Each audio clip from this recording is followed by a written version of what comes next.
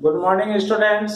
मैं Rameshwar Prasad Gupta, associate professor ABST government girls college Bundi Kota university Kota के syllabus के अनुसार बीकॉम पार्ट सेकेंड के एबीएसटी विषय के सेकेंड पेपर कॉस्ट अकाउंटिंग के टॉपिक लागत पत्र अथवा लागत विवरण तथा उत्पादन खाते में अंतर की चर्चा कर रहा हूं।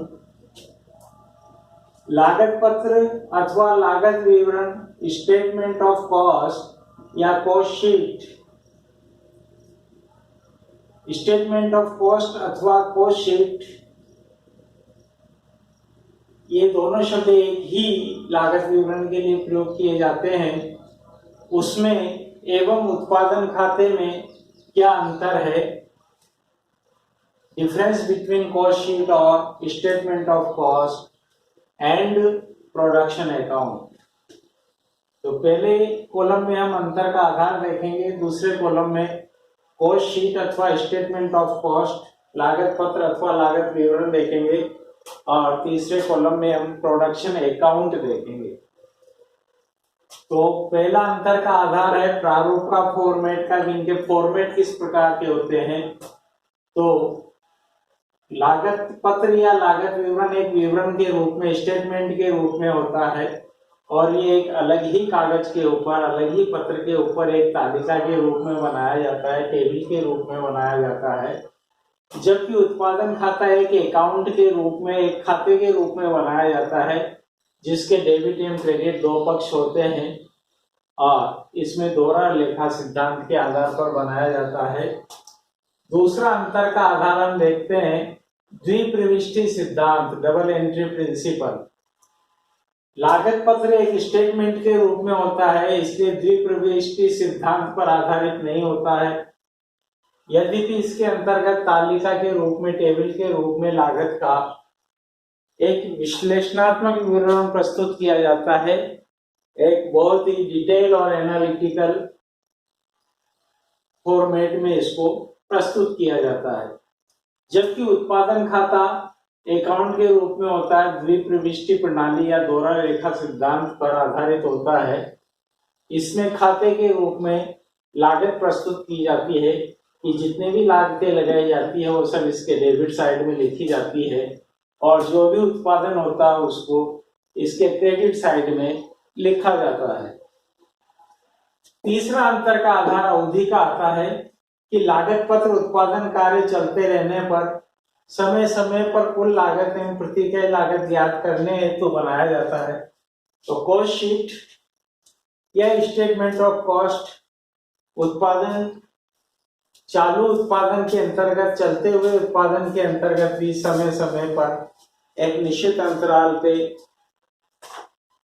या कुछ समय के पश्चात बार बार कुल लागत और प्रति इकाई लागत ज्ञात करने तो बनाया जा सकता है ताकि एक ही कार्य की लागतें विभिन्न अवधियों में, जैसे एक कार्य 6 महीने में पूरा होता है तो जनवरी, फरवरी, मार्च, अप्रैल, मई, जून 6 कॉलम बनाकर हर एक कॉलम में लागत और प्रति इकाई लागत ज्ञात की जा सकती है ताकि समय रहते, कार्य के चलते, उत्पादन के चलते लागतों पर नियंत्रण स्थापित किया जा सके, लागतों का विश्लेषण करके लागतों पर नियंत्रण स्थापित किया जा सके, कंट्रोल की जा सके लागतें।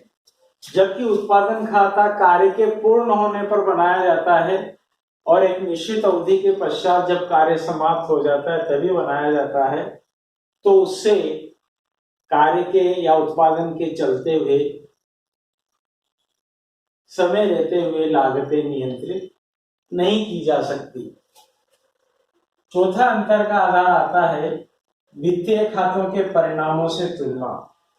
तो ये जो कॉस्ट अकाउंटिंग के अंतर्गत बनाया गया कॉस्ट शीट या स्टेटमेंट ऑफ कॉस्ट है, इसकी वित्तीय खातों, फाइनेंशियल अकाउंटिंग से या फाइनेंशियल अकाउंट से तुलना करनी हो तो लागत पत्र से वित्तीय खातों के परिणामों की तुलना करना संभव नहीं होता है क्योंकि एक स्टेटमेंट है और एक कॉस्ट अकाउंटिंग में बनाया जाता है, जबकि विभिन्न वित्तीय खाते जो है वो फाइनेंशियल अकाउंटिंग के अंतर्गत बनाए जाते हैं।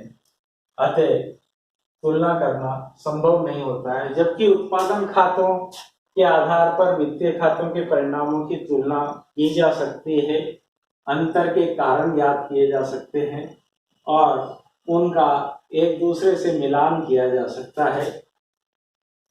लागत के लाभ का, उत्पादन के लाभ का वित्तीय खातों के लाभों से मिलान किया जा सकता है। पांचवा अंतर का आधार आता है तुलनात्मक अध्ययन, कंपेरेटिव स्टडी। तो लागत पत्र विभिन्न समय अवधियों की लागतों का तुलनात्मक अध्ययन करने में सहायक होता है कि एक प्रथम तिमाही, द्वितीय तिमाही, तृतीय तिमाही, चतुर्थ तिमाही से विभिन्न समय अवधियों की लागतों का एक तुलनात्मक अध्ययन करने में सहायक होता है, या मासिक आधार पर अध्ययन करने में सहायक हो सकता है, जबकि उत्पादन खाते के आधार पर इस प्रकार का तुलनात्मक अध्ययन संभव नहीं है, क्योंकि ये कार्य के पूर्ण होने पर, उत्पादन के पूर्ण होने पर, यानी कि एक संपूर्ण समय अवधि के पूर्ण होने पर ही बनाया जाता है। छठा अंतर का आधार आता है विश्लेषण, एनालिसिस। डिटेल एनालिसिस हम अगर करना चाहें तो लागत पत्र में लागत का विस्तृत एवं वैज्ञानिक विश्लेषण किया जा सकता है, जिससे वे प्रबंधकों को लागत के विभिन्न तत्वों यथा सामग्री, श्रम और व्यय को नियंत्रित करने में सहायता करते हैं कि हम विभिन्न समय अवधियों के बीच में विभिन्न लागत के तत्वों यथा सामग्री, श्रम अथवा व्ययों के प्रतिशत या हिस्से के अंतर्गत किसी भी प्रकार से हम इनका विश्लेषणात्मक अध्ययन कर सकते हैं और वैज्ञानिक आधार पर निर्णय ले सकते हैं जो प्रबंधकों के लिए उपयोगी साबित होते हैं। जबकि उत्पादन खाते के आधार पर विभिन्न मदों के योग ही दिखाए जाते हैं, उनका विश्लेषण नहीं किया जा सकता, यानी कि मदों के अंतर्गत विभिन्न उपमदों का भी विश्लेषण नहीं किया जा सकता, जिससे लागत नियंत्रित करने में सहायता प्राप्त नहीं होती है, यानी कि लागत नियंत्रण स्थापित नहीं किया जा सकता है।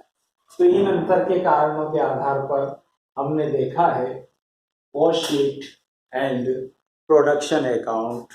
धन्यवाद।